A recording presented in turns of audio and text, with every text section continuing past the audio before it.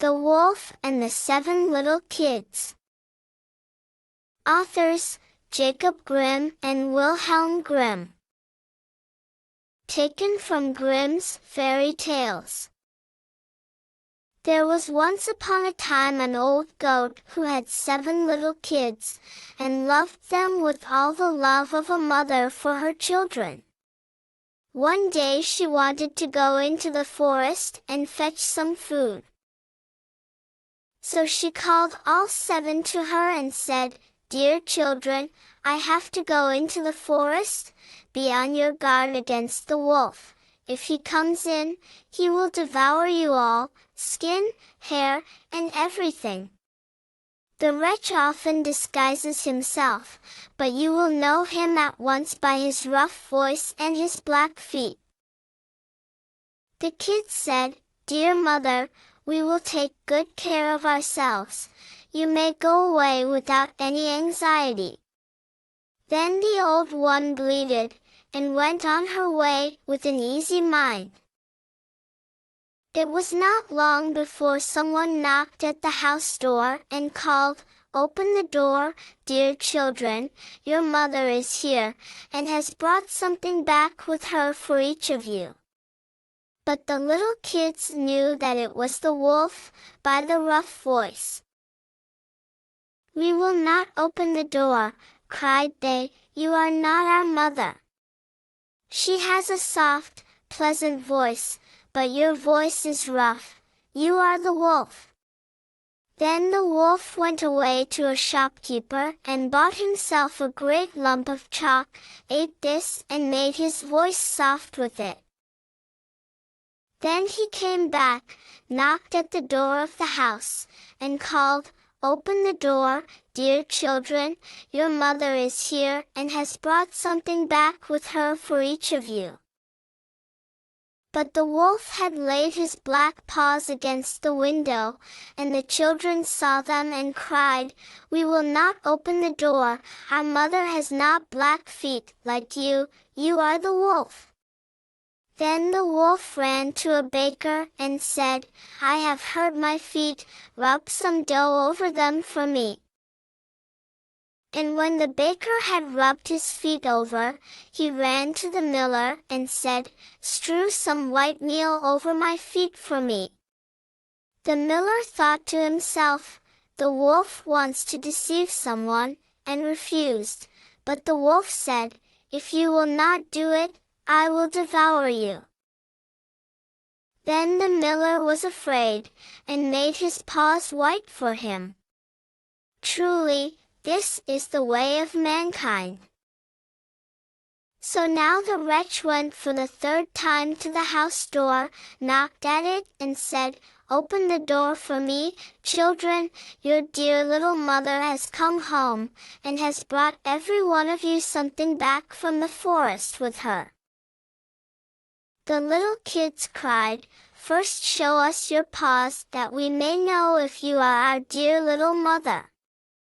Then he put his paws in through the window, and when the kids saw that they were white, they believed that all he said was true, and opened the door.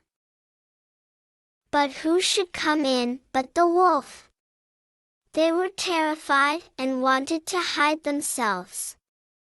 One sprang under the table, the second into the bed, the third into the stove, the fourth into the kitchen, the fifth into the cupboard, the sixth under the washing bowl, and the 7th into the clock case. But the wolf found them all, and used no great ceremony. One after the other he swallowed them down his throat. The youngest, who was in the clock case, was the only one he did not find. When the wolf had satisfied his appetite, he took himself off, laid himself down under a tree in the green meadow outside, and began to sleep. Soon afterwards the old goat came home again from the forest. Ah! What a sight she saw there! The house door stood wide open. The table, chairs, and benches were thrown down, the washing bowl lay broken to pieces, and the quilts and pillows were pulled off the bed. She sought her children, but they were nowhere to be found. She called them one after another by name, but no one answered. At last, when she came to the youngest, a soft voice cried, "Dear mother, I am in the clock case." She took the kid out, and it told her that the wolf had come and had eaten all the others. Then you may imagine how she wept over her poor children. At length in her grief she went out, and the youngest kid ran with her. When they came to the meadow, there lay the wolf by the tree and snored so loud that the branches shook. She looked at him on every side and saw that something was moving and struggling in his gorged belly. "Ah, heavens," she said, "is it possible that my poor children whom he has swallowed down for his supper, can be still alive?"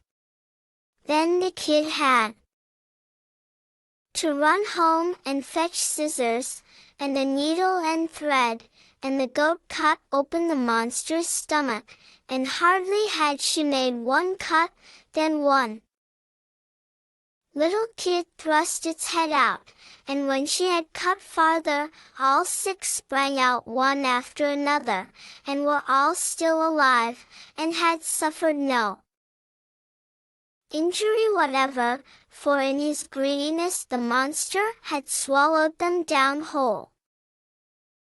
What rejoicing there was! They embraced their dear mother, and jumped like a tailor at his wedding.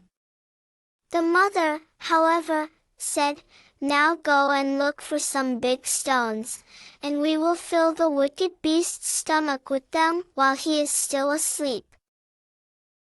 Then the 7 kids dragged the stones thither with all speed, and put as many of them into the stomach as they could get in, and the mother sewed him up again in the greatest haste, so that he was not aware of anything and never once stirred.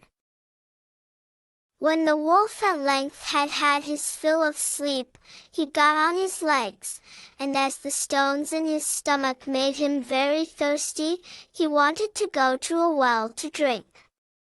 But when he began to walk and to move about, the stones in his stomach knocked against each other and rattled.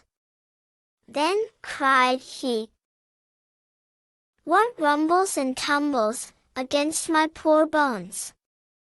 I thought 'twas 6 kids, but it feels like big stones." And when he got to the well and stooped over the water to drink, the heavy stones made him fall in, and he drowned miserably. When the 7 kids saw that, they came running to the spot and cried aloud, "The wolf is dead!